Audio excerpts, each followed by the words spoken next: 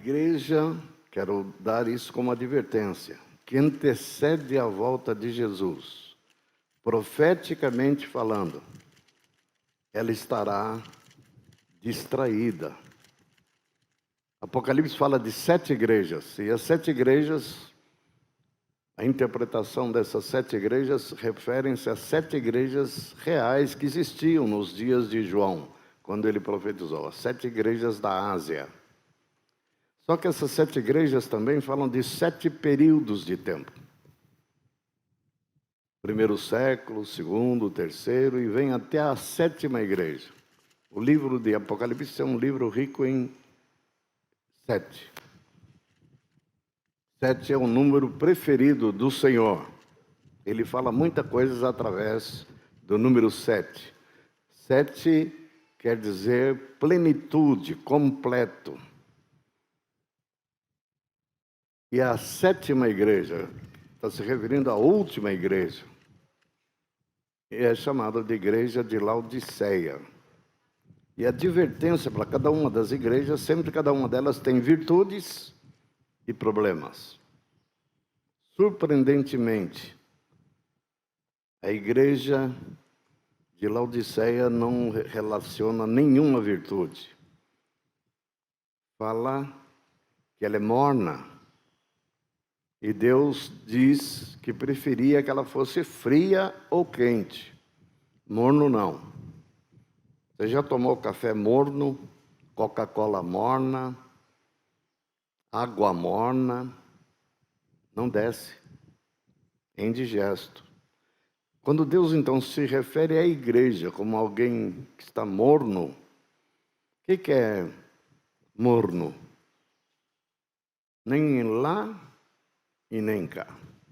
E essa igreja é muito preocupante, porque é a igreja do tempo do fim, é a igreja que antecede a volta de Jesus. E qual é o lamento de Jesus, qual a palavra de admoestação, de advertência para essa igreja? Ela está satisfeita consigo mesma. Isso é gravíssimo. Ela não está nem um pouco preocupada. Ela assemelha aquele homem que Jesus falou na parábola, que diz que fez uma excelente colheita, encheu os celeiros e disse: alegra-te, minha alma, farta-te com todos os teus benefícios. Farta-te. Aí, na parábola, Jesus diz: louco, não sabeis que hoje pedirão contas da tua alma? E que você tem preparado? Note bem, a palavra para a igreja, essa palavra sobre Jesus e o anticristo, é para nos despertar. Não é para saber mais um fato, mais uma verdade, matar alguma curiosidade, mas a perceber-nos que a coisa está muito, muito próxima. E o conselho que Deus dá é para que nós estejamos preparados. A palavra está preparado. Estar preparado não pode ter a atitude da igreja de Laodiceia. Pregadores usam de modo equivocado esse versículo que diz: eis que estou à porta e bato. E o pregador do evangelho diz que Jesus está à porta do teu coração. Então abra o teu coração para Jesus entrar. Bom seria que fosse isso, mas a coisa é mais séria, mais grave. A porta que ele está batendo e pedindo para abrir é a porta da igreja. Não tem nada mais dramático, mais triste, mais quase que impossível de acontecer. Jesus do lado de fora da igreja e pedindo para entrar. Tem coisa mais trágico. Essa igreja está tão distante, tão alienada de Jesus, que ele está do lado de fora. E eles lá satisfeitos, não estão apercebidos, estão no ar, estou rico e abastado. Aí o conselho aconselho, primeiro que abra a porta, que se arrependam e que deixe eu entrar para ter comunhão com vocês. E ele fala 3 coisas. Aconselho que compre colírio para os teus olhos, para que vocês consigam ver. Então essa igreja dos últimos dias, essa igreja precisa de colírio, enxergar a verdade, enxergar onde que o Senhor está, que lugar Ele ocupa na minha vida, onde está o Senhor. Segundo, aconselho que compre roupas de linho finíssimo para cobrir a tua nudez. Estão nus e não estão apercebidos. Estão cegos e não estão apercebidos. E ele manda comprar vestes brancas. Vestes brancas de linho fino sempre refere-se a atos de justiça. E por último, aconselho que compres de mim ouro. Ouro na Bíblia, em Apocalipse especialmente, significa atos de justiça, se cobrir da própria justiça de Cristo. Porque você está pobre, cego, desnudo e pobre. E essa igreja, com essa condição miserável, não está percebida. E Jesus fica do lado de fora. Então, aí podemos, alguns pregadores equivocadamente, não estão considerando muitas passagens das Escrituras, que antes da volta de Jesus vai haver um grande avivamento na igreja. Não tem base bíblica para isso. O texto que usam, vi esta madrugada, eu estava ouvindo uma mensagem de um pregador muito bom, que eu admiro muito, e ele fez menção às últimas chuvas e às chuvas serôdia. Só que tanto as últimas chuvas como a chuva serôdia não tem nada a ver com a igreja. É uma profecia dada para Israel e não para a igreja. E quando nós misturamos profecia de Israel para a igreja, dá confusão. Essa profecia está relacionada com uma outra que diz que a glória da última casa será maior do que a primeira. Também para Israel.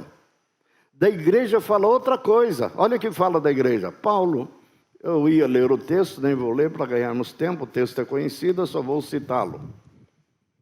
Que Jesus não virá sem que primeiro venha a apostasia. Irmãos, você pensa que a apostasia é de Israel? Não, tem nada a ver com Israel. Israel já apostatou há muito tempo, lá quando crucificou Jesus. Eles têm que ser reconquistados, trazidos de volta à sua terra e conheçam de novo o Messias. Israel, por ora, está à margem. Apostasia é alguém que está andando no caminho e vira as costas. É o oposto de conversão. Conversão, você está indo nessa direção e vai na outra direção. Apostasia, você está indo na direção certa e, de repente, vira as costas. Ao ponto de renegarem o soberano Senhor. Então diz que a igreja dos últimos dias vai se apostatar e não se reavivar. Porque confunde com essa profecia da chuva. Então já derramou a primeira chuva, o Pentecostes, então vai ter uma última chuva, um último derramar. Não quer dizer que nós não devemos pregar o evangelho e ganhar muita gente. Mas a igreja, de um modo geral, estou falando da igreja no mundo todo, a igreja no Brasil, não está bem, amados. Está mal, muito mal. E aí que poucos também têm entendimento o que Jesus vai fazer com essa igreja que está mal. A próxima mensagem que eu for dar no futuro, eu vou entrar em detalhes sobre isso. Vocês vão ver que a coisa é muito séria.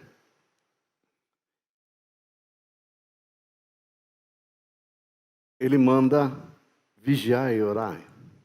Ele manda essa igreja não ficar adormecida. A palavra não fique dormindo. E fala que ele virá como um ladrão da noite. Muitos falam assim, não vem como um ladrão. Tem que vir primeiro a grande tribulação, tem que manifestar o anticristo. Então Jesus, ele virá no céu com grande clamor, como um raio do oriente. Outra confusão. A Bíblia não se contradiz, Jesus não se contradiz, os apóstolos não se contradizem. A Bíblia fala de arrebatamento e fala da segunda vinda. Não consegue ver, não é que Jesus vem duas vezes, é uma mesma vinda, dividida em dois estágios. Um, para livrar a igreja fiel, remanescente fiel, que está vivendo e aguardando a vinda do Senhor, para estar com Ele. E tem a igreja nominal,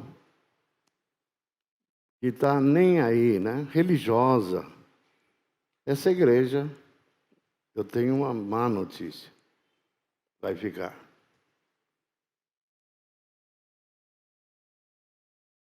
Então, quando fala de igreja, temos que perguntar qual igreja? Eu estou sendo de fato igreja? Eu sou um membro de um grupo religioso ou sou um discípulo? Essa é a pergunta que devemos formular. Então Jesus diz: andai vós apercebidos, porque ele virá a hora que não espera, em dia que não espera, e vai dar um susto em muita gente. Eu quero estar preparado, e Deus cobra de mim que deixe, no mínimo, vocês avisados. Então, quando meditamos sobre o contraste entre Jesus e o anticristo, é só você ver as notícias, seja na televisão, seja nos jornais, seja nas revistas. O mundo está caminhando a passos largos para um caos total. O mal está aumentando. Quem disse isso? Que isso iria acontecer? Jesus. E por aumentar a iniquidade, o amor de muitos, de quem ele está falando? Dos discípulos, dos seguidores, se esfriará. Por aumentar a iniquidade a tal ponto que você se torna endurecido, o amor esfriará de quase todos. Amor por quê? Pelo próximo e o amor para com ele. O mal vai aumentar numa escala tão terrível, e está acontecendo, que a gente, vocês talvez não estão percebendo, porque já estamos endurecidos. Fala assim, o filho matou o pai, mais um. A mãe matou o filho, mais um. É tanta desgraça, tanta maldade, tanta crueldade. E a Bíblia descreve que os homens dos últimos dias serão cruéis, amigos dos prazeres, inimigos do bem. Quando olhamos para esse mundo, o que prevalece? O bem ou o mal? Não precisa olhar para outras nações, olhe para o Brasil. Pela primeira vez temos um presidente que defende a família, que defende valores morais, que defende o casamento, homem a homem, mulher a mulher, esse negócio de tudo igual, não vale. Nunca vi odiarem tanto um presidente. Não existiu nenhum presidente no Brasil, por pior que tenha sido, que foi tão odiado quanto esse. A pergunta que devemos fazer é por que ele é odiado? Sabe por que ele é odiado? Simples. Ele quer pôr ordem na casa. Aí vocês vão entender que o ódio que tem para com ele é o mesmo ódio que terão para Jesus. O que Jesus quer fazer nesse mundo? O que ele quer fazer? Pôr ordem. Acabar com a safadeza. Acabar com os corruptos. Pronto. Então, o mesmo ódio que vocês, essas pessoas que odeiam tanto, quem quer fazer o bem? Não é o presidente Bolsonaro que é o problema, é o que ele representa. Então, parece que você pode trocar qualquer pessoa, desde que queira fazer o que é certo, consertar o que está errado, acabar com o engano, com a mentira, pronto. Vai ser perseguido. A Bíblia fala isso a respeito dos cristãos. Todos que querem viver piedosamente serão perseguidos. A pergunta é, estamos ou não estamos sendo perseguidos? Resposta, não. Por que não? Sabe por que não? Não estamos incomodando ninguém que vive a vida errada. Só isso. A igreja perdeu o seu poder hoje na sociedade, poder profético, poder de denunciar, de fustigar aqueles que vivem no engano, no erro, na mentira, na crueldade. Desafiei o Marcos há pouco tempo atrás, Marcos Moraes. Quando fizeram um pronunciamento aí, eu falei, a igreja tem que se levantar. Temos que nos pronunciar. A Bíblia fala claramente isso em Efésios, capítulo 5. Que as obras da luz são bondade, justiça e verdade. E que aquele que não denuncia as obras das trevas, quem não denuncia as obras das trevas, se torna-se cúmplice. Nós somos cúmplices quando nos calamos, não queremos nos comprometer. Temos falado muito que devemos pregar o evangelho, isso é um fato, mas nós devemos fazer uma outra coisa, além de pregar o evangelho. Denunciar a maldade, denunciar, sem medo de ser perseguido. E a coisa está piorando tanto, que vai chegar uma hora que mesmo se você não falar nem já vai ser perseguido. E é para esse tempo que estamos caminhando. Então, quando falamos de Jesus, o anticristo, o contraste entre os dois, queremos que os irmãos atentem, que o cenário está sendo preparado, para que esse homem da iniquidade se manifeste. Vai criar uma religião única, cujo teor, cujo princípio dominante é ele receber adoração. Para entender isso que vai acontecer, primeira pergunta, talvez mais importante, é por que Deus permite isso? Está escrito. Porque amaram mais a mentira do que a verdade. Está em 2 Tessalonicenses, capítulo 2. Tendo ouvido a verdade, rejeitaram a verdade. E não é isso que está acontecendo no mundo hoje? Não querem saber. Nós temos uma facilidade para nos inclinar para o engano, para o erro, para a injustiça, do que para o bem e para a justiça. Então, quando o anticristo se levantar, ele vai ser aclamado. Vão se curvar, vão adorá-lo espontaneamente, não ser obrigado, não. Ainda que fala da marca do anticristo, ele não é obrigado a botar a marca, não. Você vai botar, aqueles que porem a marca, vai fazê-lo espontaneamente, alegremente. Porque verão nele o Deus que querem servir. Na verdade, as duas pessoas, tanto Jesus quanto o anticristo, representa a Deus, Jesus, o Filho de Deus, e o anticristo, o próprio Satanás. Satanás tem por objetivo destronar Deus. Destronar no sentido que ele quer ser adorado, como se fosse o próprio Deus. E ele vai conseguir isso no espaço curto de tempo. Por isso que devemos temer a grande tribulação. É nesse período que ele vai conquistar algo que ele tentou fazer há muitos séculos atrás. Antes da queda dele, ele tentou ocupar o lugar de Deus e ser adorado lá no céu. Foi expulso. Foi lançado por Cosmos, chamado região dos Ares. A Bíblia fala de 3 céus. Céu, morada de Deus, terceiro céu. Segundo céu, o universo, o cosmos, onde tem as galáxias. É a região onde Satanás domina. Os dominadores desse mundo tenebroso. Ele mora, a morada dele é aí nos Ares. Príncipe da potestade dos Ares.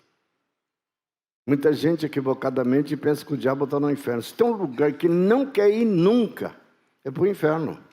Mas o inferno, disse Jesus, foi criado para o diabo e seus anjos. Põe ele assim com o tridente, torturando a turma. Não, o caldeirão mais quente é para ele. Então, se tem um lugar que ele não quer ir, é para lá. Sabe onde ele quer ficar? Aqui. Ou, vocês não vão acreditar no que eu vou afirmar agora. Ele nunca queria ter saído do céu. Ele sabe quão bom é o céu. Ele queria ter ficado lá, mas foi expulso. E se ele não tivesse sido expulso, ele estaria lá até hoje, arrumando confusão lá, porque ele queria ocupar o lugar do trono de Deus. Foi expulso. Aí, ai da terra e dos moradores da terra. Satanás desceu até vós cheio de grande cólera. Por que ele está encolarizado? A Bíblia fala, sabendo que pouco tempo lhe resta. Se tem alguém que conhece as Escrituras melhor que eu, de que todos vocês juntos, é Satanás. Ele conhece cada palavra que está aqui. Sabe de cor? E sabe a interpretação correta. O problema dele é que ele não se converte. Ele continua sendo o diabo. Continua determinado e rebelde a ocupar o lugar de Deus. Depois que a igreja for arrebatada, ele será lançado para a terra. Ele não está na terra, ele será lançado para a terra. Capítulo 12 de Apocalipse. E aí que ele vai manifestar, incorporar num homem chamado na Bíblia de o perverso, o iníquo, filho da perdição, ou, chamado por João, anticristo. E depois desse período que ele vai dominar a terra, período curto, vem Jesus, mata o anticristo com o sopro da sua boca e lança ele, o falso profeta, no lago de fogo. Satanás, o dragão, é preso e lançado no abismo por 1000 anos. Ele, obviamente, e seus anjos, os principados, potestades. Depois desse período, Jesus reina aqui na terra durante 1000 anos. Ninguém é tentado. Se o homem fizer um mal, vai fazer o mal por conta própria. Não tem nada a ver com tentação. A terra será entregue na mão de Jesus para reinar, sem nenhum capeta aqui para incomodar ninguém. Nenhum espírito maligno. Ninguém. Só vai ter homens aqui. Fantástico. Reino de paz, de justiça. Só que depois de 1000 anos, esse Satanás será solto de novo. Eu li isso uma vez, eu era jovem ainda, não era casado, eu li e falei assim, mas senhor, ele já estava preso, por que soltar de novo? Aí você vê que Deus usa o diabo para seus propósitos. Diz assim no texto, é necessário que ele seja solto. E solta ele para quê? Para fazer o que ele sempre fez, fazer confusão, engano. Ele sai por toda a terra e forma um exército para atacar a Jesus. É muito cara de pau, muito idiota. Jesus e seus santos. Atacar. Desceu o fogo do céu e os consumiu. É lançado definitivamente no lago de fogo, onde já se encontram o falso profeta e o anticristo. Então a queda de Satanás é progressiva. Terceiro céu para o segundo céu, o cosmos, do cosmos para a terra, da terra o Tártaro, o abismo onde ele será aprisionado por 1000 anos, e do abismo será lançado finalmente no lago de fogo ou o inferno. Aí acabou a história dele. Só que nesse interim, ele está solto ainda. Ele está exatamente aonde? Nesse exato momento, onde ele está? Nas regiões celestes. Ele é chamado de príncipe da potestade do ar, os dominadores. Ele tem um monte de anjos, de príncipes que dominam a terra. Tem principado que domina o Brasil. E muitos equivocadamente querem fazer uma batalha espiritual e ordenar que essas potestades sejam lançadas na terra. Não perca seu tempo, não é assim que vence o diabo. Pode orar quando você quiser, as potestades vão continuar aí. Sério isso. Porque agora é tempo deles. O que nós devemos é revestir de toda a armadura de Deus para não deixar as flechadas dele nos atingir. Amém? Esse é o propósito de Deus. Vamos continuar o contraste. Estamos aqui no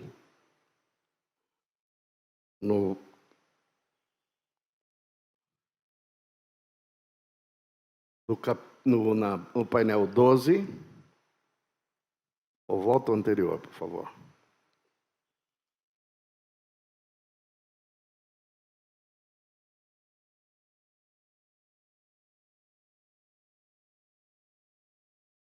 Diz que Jesus, qual é o que ele vem fazer? Vê a diferença. Lembra que nós estamos fazendo um contraste. O que Jesus veio fazer? Que o Filho do Homem veio buscar e salvar o que se havia perdido. Em outra ocasião, Jesus disse: eu não vim para condenar o mundo. O mundo já está condenado. Está todo mundo condenado. Eu vim para salvar. O que o anticristo vem fazer? Olha o que Daniel diz a respeito dele. Daniel diz que ele virá para destruir. Jesus vem para salvar, o anticristo vem para destruir. E se fortalecerá o seu poder, mas não pela sua própria força, e destruirá maravilhosamente. Olha a palavra que Daniel usa, destruirá maravilhosamente. Quer dizer, vai ser bem sucedido, e prosperará, e fará o que lhe aprouver, e destruirá os poderosos e o povo santo. Daniel entendeu, o povo santo que está se referindo aqui não era a igreja também, porque nem existia igreja, nem sonhava. O povo santo é o povo de Israel, ele vai perseguir Israel e vai destruir. Apocalipse fala que Deus vai entregar os santos na mão dele. E o que ele vai fazer com esse santo? Está escrito de que maneira de morte ele vai matar. César jogava para os leões. Ele vai passar a espada no pescoço. João viu uma multidão no céu e perguntou, o anjo perguntou para ele: você sabe quem são esses? Ele falou: não sei, meu Senhor. Quem são? Estes são os santos que vieram da grande tribulação. Em face do testemunho que deram, não amaram a própria vida. Antes, se mantiveram firmes, perseverantes. E foram, ó a palavra que é usada, decapitados por amor ao nome do Senhor.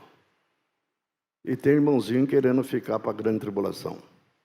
Irmãos, eu sinto até frio no pescoço. Não vai ficar não. Você quer, não precisa se esforçar não. É fácil ficar. Vai escapar, Jesus falou: ó, eu falo essas coisas para que possais escapar, porque há de sobrevir sobre toda a terra. Eu quero escapar. Então vigiai e orai. Ele vai, nesse período, Zacarias fala que 2/3 da terra. Faz a conta. Estamos já acima de 7 bilhões e meio. 7 bilhões e meio, 2/3 são quanto? 5 bilhões de pessoas. Mortos num período extremamente curto, 3 anos e meio. Nunca morreu tanta gente. Não sei se vocês sabiam, estatisticamente falando, a gente não acompanha essas estatísticas, né? Ninguém para pensar. Tem mais gente viva hoje na Terra. Hoje, estamos acima de 7 bilhões e meio de todos os que já morreram em todas as eras. Todos os homens e mulheres e crianças que morreram ao longo de toda a história da humanidade não atinge 7 bilhões e meio. Então tem mais vivos do que os mortos. Hoje. E só nesse período de 3 anos e meio vai morrer 5 bilhões. Se fosse hoje. Pode ser mais até. 5 bilhões. Nunca houve uma mortandade tão grande. Como é que vai morrer? É só ler do capítulo 6 até o capítulo 19 de Apocalipse, você vai saber como é que vão morrer. Desde fome, peste. Então, por que temer o Covid? Eu não tenho medo do Covid. Por quê? É só olhar quantos que morreram no mundo todo. Quantos sabem quantos já morreram no mundo todo de Covid? Vocês sabem? Não sabem, né? Não acompanham. Não chega a 1 milhão. O que é 1 milhão? Nada. O que é 1 milhão para 5 bilhões? Nada. Nada, nada, nada. É um espirro. Continuando.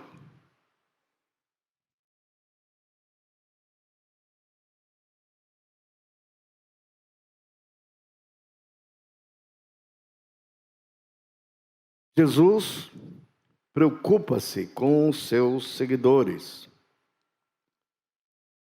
Ele é o bom pastor.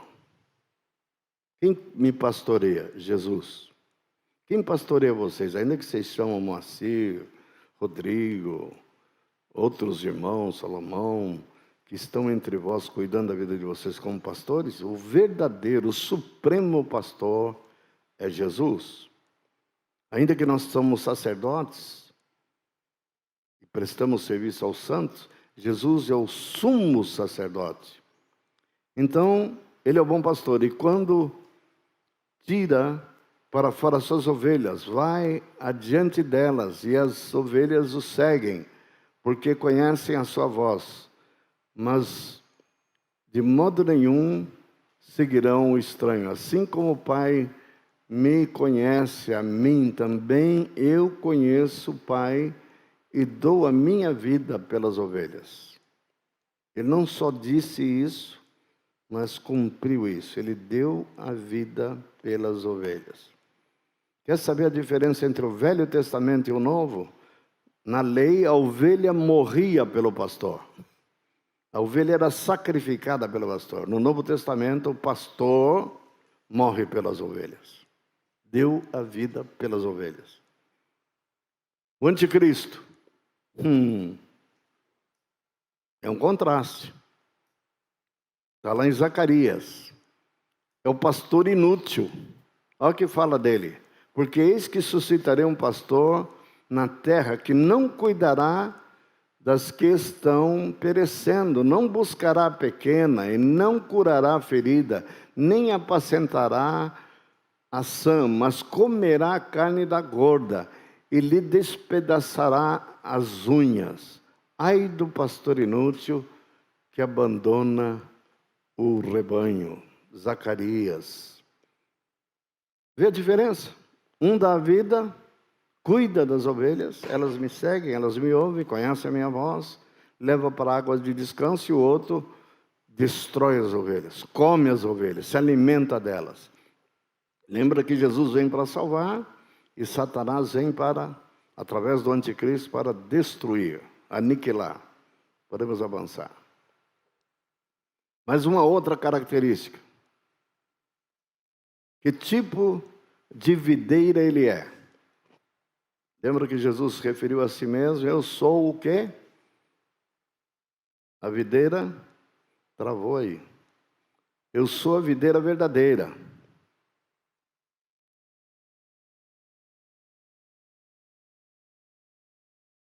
E meu pai é o agricultor. João 15:1.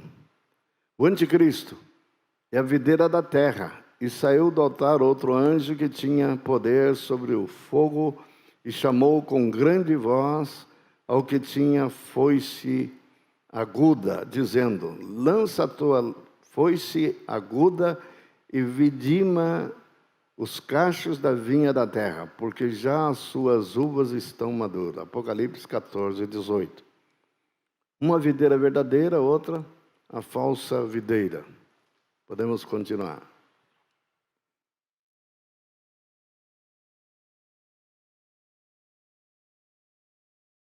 Tratando-se de integridade. Integridade é uma palavra que fala que é inteiro.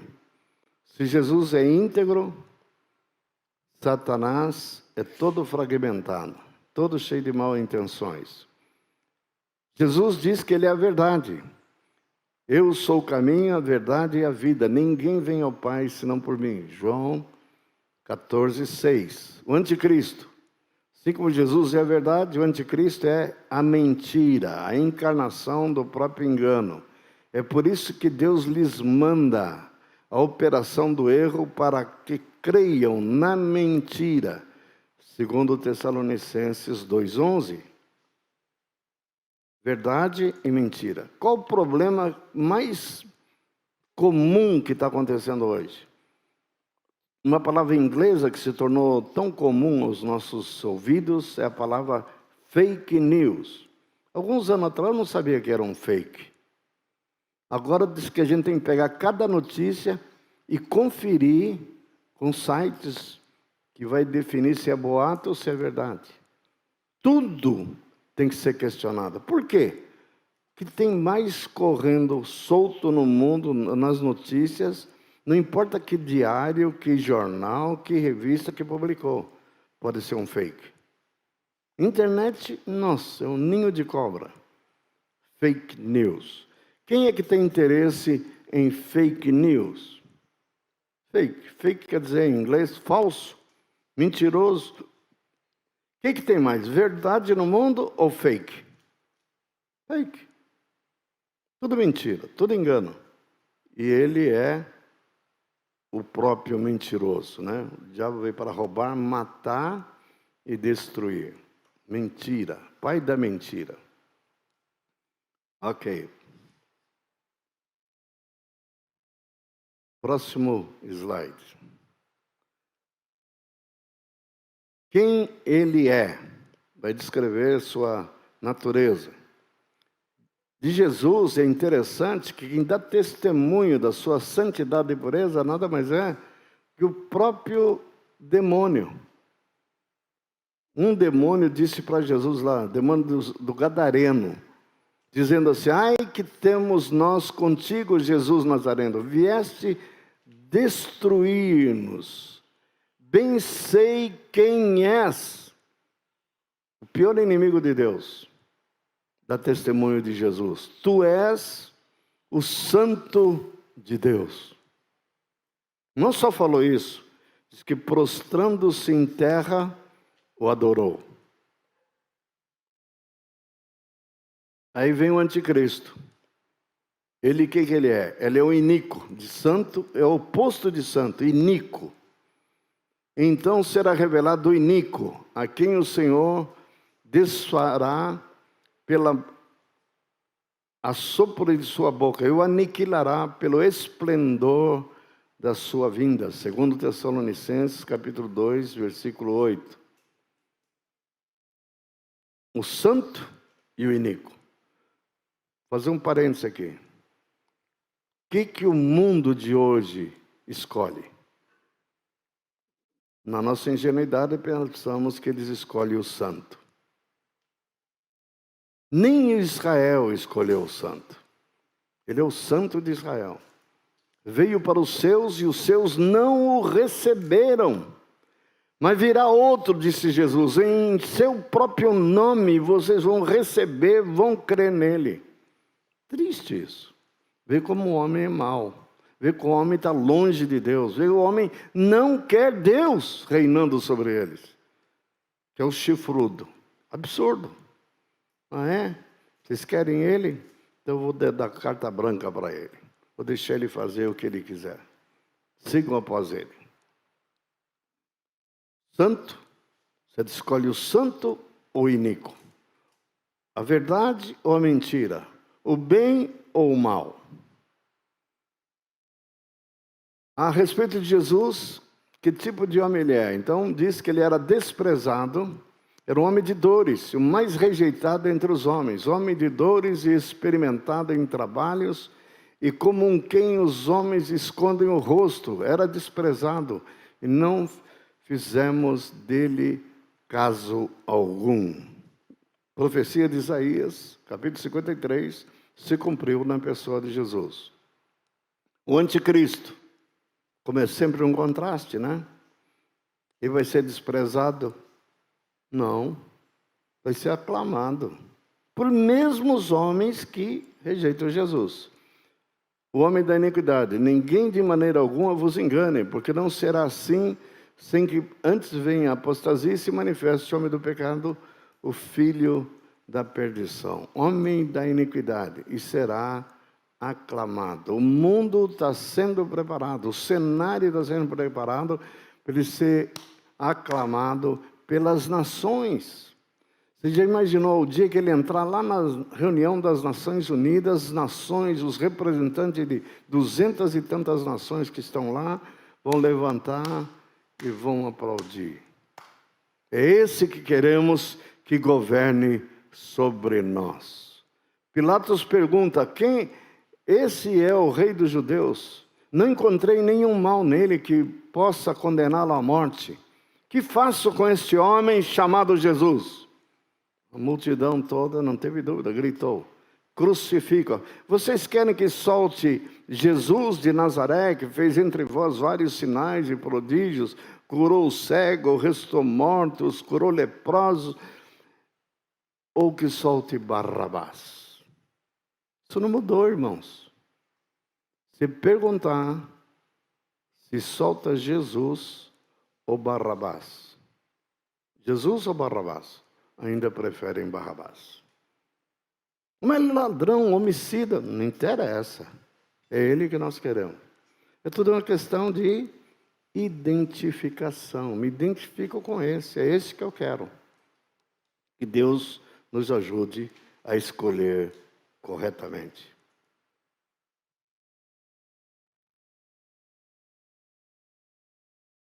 De quem ele é filho? Jesus. É dito que ele é filho de Deus. E respondendo o anjo disse: descerá sobre ti o Espírito Santo e a virtude do Altíssimo te cobrirá com a sua sombra. Por isso também o santo que irá nascer será chamado Filho de Deus. Lucas capítulo 1, versículo 35. Do anticristo: ninguém de maneira alguma vos engane, porque não será assim sem que antes venha a apostasia e se manifeste o homem do pecado, o filho da perdição. Um filho de Deus e outro filho da perdição. Próximo.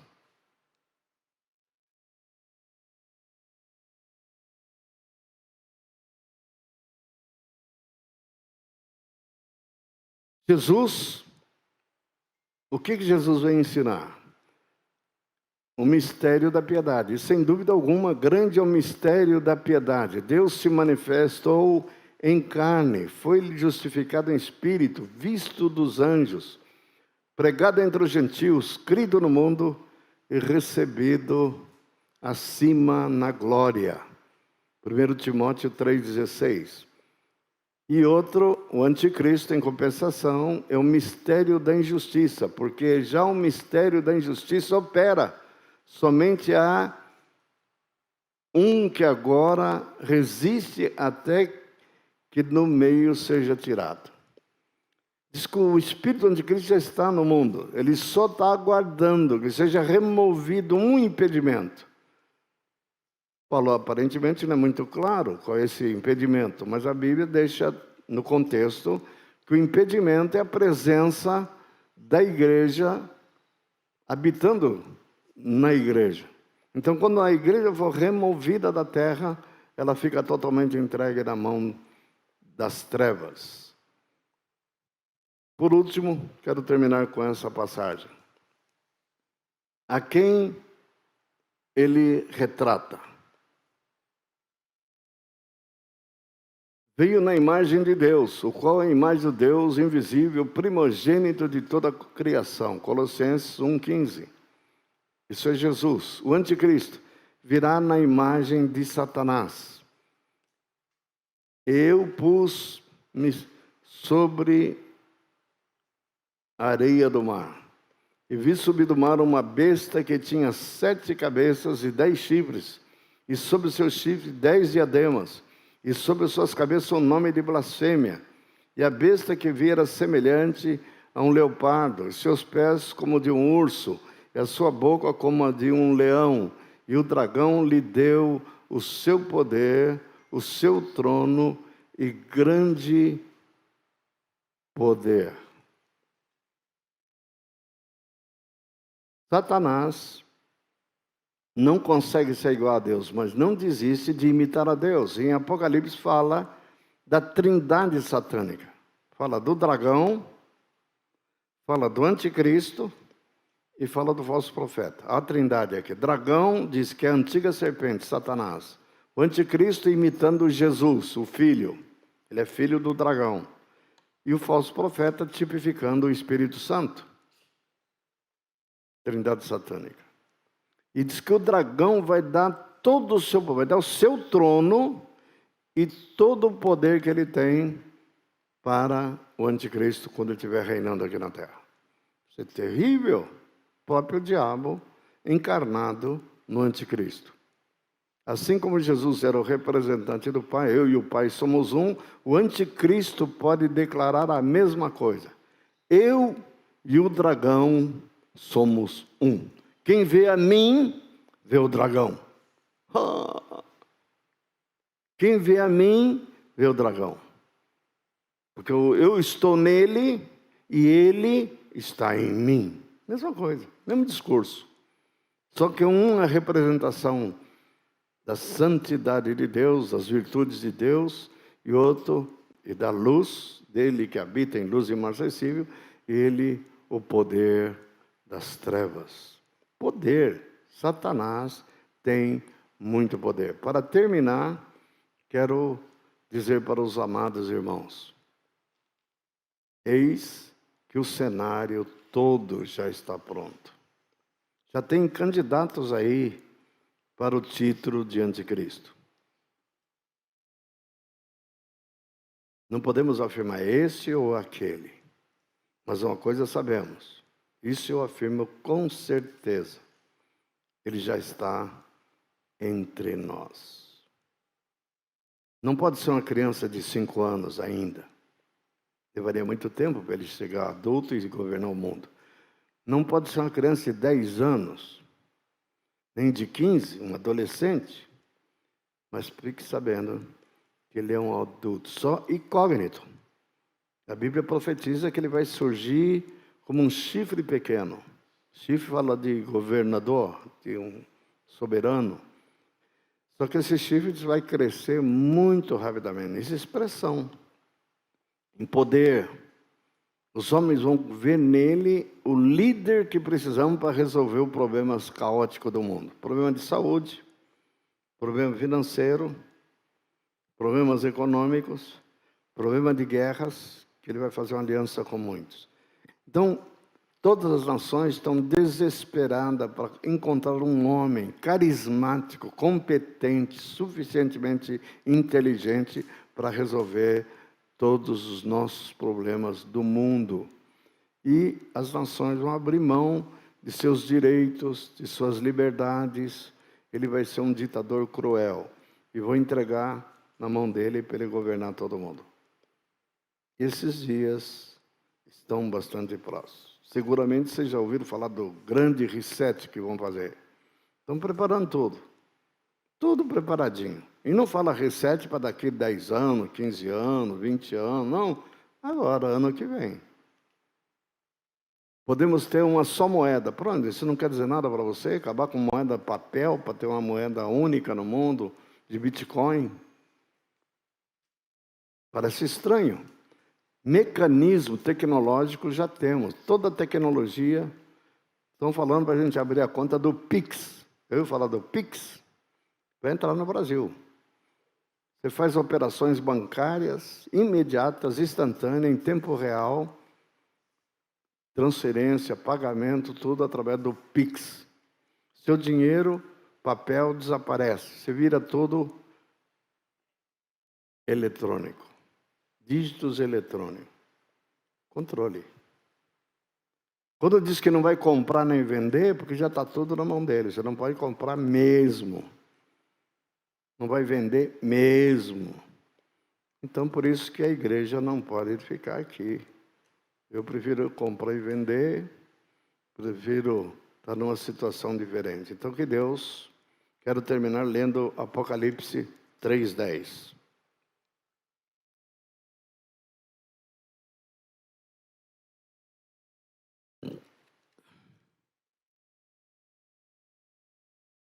Essa promessa que eu vou ler aqui é uma promessa condicional.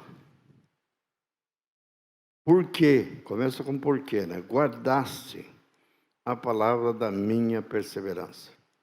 A recíproca é verdadeira. Aqui, por que guardaste? o que é a recíproca? Porque não guardaste a palavra de minha perseverança. Porque guardaste, eu também te guardarei na hora da provação. E se não guardar? Recíproca verdadeira. Te guardarei na hora da provação que há de vir sobre o mundo inteiro. O que é isso que está falando aqui? Que há de vir sobre o mundo inteiro. O Apocalipse inteiro vai tratar disso. Um caos, chamado de grande tribulação. Para experimentar os que habitam sobre a terra. Eu te guardarei. Amados, que nesta manhã o Senhor coloque peso no seu coração. Você esteja nesse Apocalipse 3:10. Eu quero ser guardado pelo Senhor do que há de vir. Espero que você também seja guardado. Vivamos de uma maneira piedosa, santa, guardaste a palavra. Então, a palavra do Senhor tem sido pregada, a palavra tem que estar habitando o nosso coração para ser vivida, praticada por todos nós. Não cansemos de fazer o bem, diz Paulo em Gálatas, que a seu tempo ceifaremos. Todo o trabalho no Senhor não será em vão, mas receberemos galardão. Que o Senhor nos encha de galardão, porque vivemos para fazer o bem.